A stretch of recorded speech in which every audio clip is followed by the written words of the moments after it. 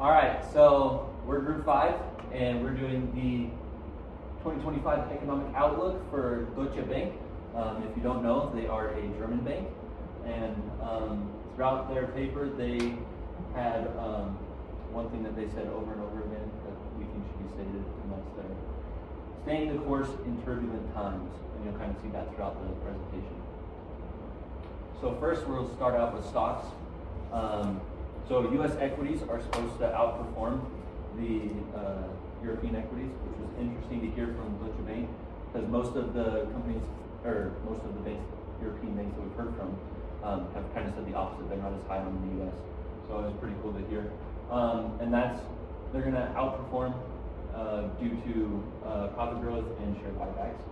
And then European equities are still supposed to do pretty well, but just they're supposed to lag behind the U.S. just slightly because of productivity and investment issues. And then they recommend investing in growth stocks because there's no opportunity there, even though it is going to be volatile, like the thing said before, stay in turbulent times. And then they recommend these different sectors: financial, IT, consumer discretionary, and communication services. Awesome. One of the coolest things that I saw when I read the document was the title, because I love Star Wars.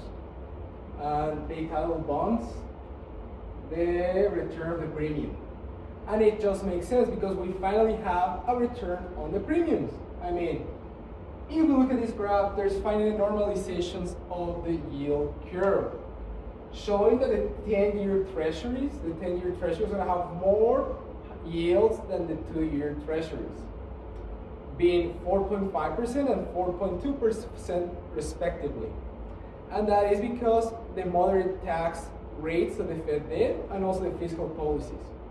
Something that they mentioned on the document and they told us to be aware of is how volatile are the high yield markets and the new entering economies. And you can see that right here in this graph. They also went deep into Europe because, I mean, they are a German bank. And there's two interesting things. The ECB actions, they made large rate cuts, and that's because they've been having a shrink in their economy for a couple of years. Giving you the 10-year bonds on a 2.2% and the 2-year bonds on a 1.75%. Finally, they gave us some recommendations with bonds. They told us to prioritize the investment grade bonds, especially on the financial sector, and using floating rate bonds as a shield to be protected from these volatile markets. They also told us to avoid the high yield bonds and the emerging market bonds just because of how volatile they are.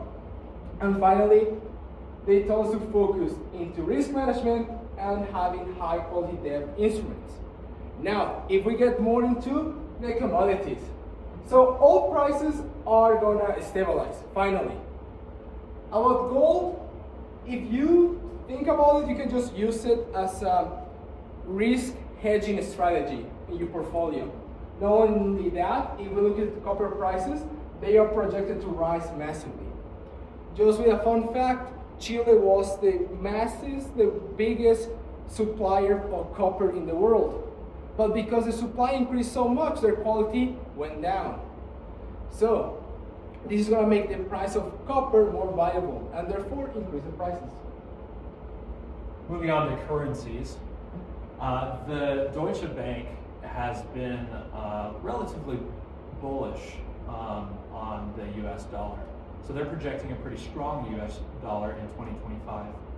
And this is mostly due to the tax cuts and the US tariffs that were announced by Donald Trump, and as well as lowering interest rates from the Fed.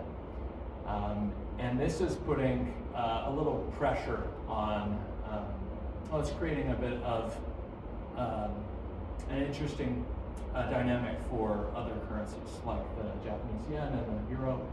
For instance, the euro is struggling. It's going down in 2025. The exchange rate, it's projected to go about to 1.02 by the end of 2025. And the Japanese yen as well has been on a decline, but is recovering, projected to recover in 2025 due to economic growth in Japan. And lastly, the Chinese yuan is under pressure because of potential trade conflicts with the US, US tariffs.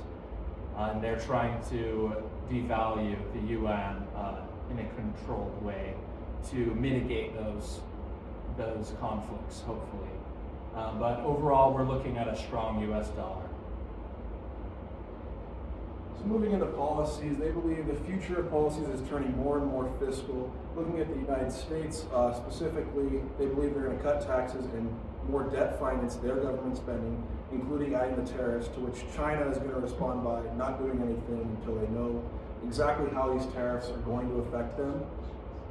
And then, since they are a European bank, they were very concerned about how much Europe lags behind the rest of the world in productivity, innovation.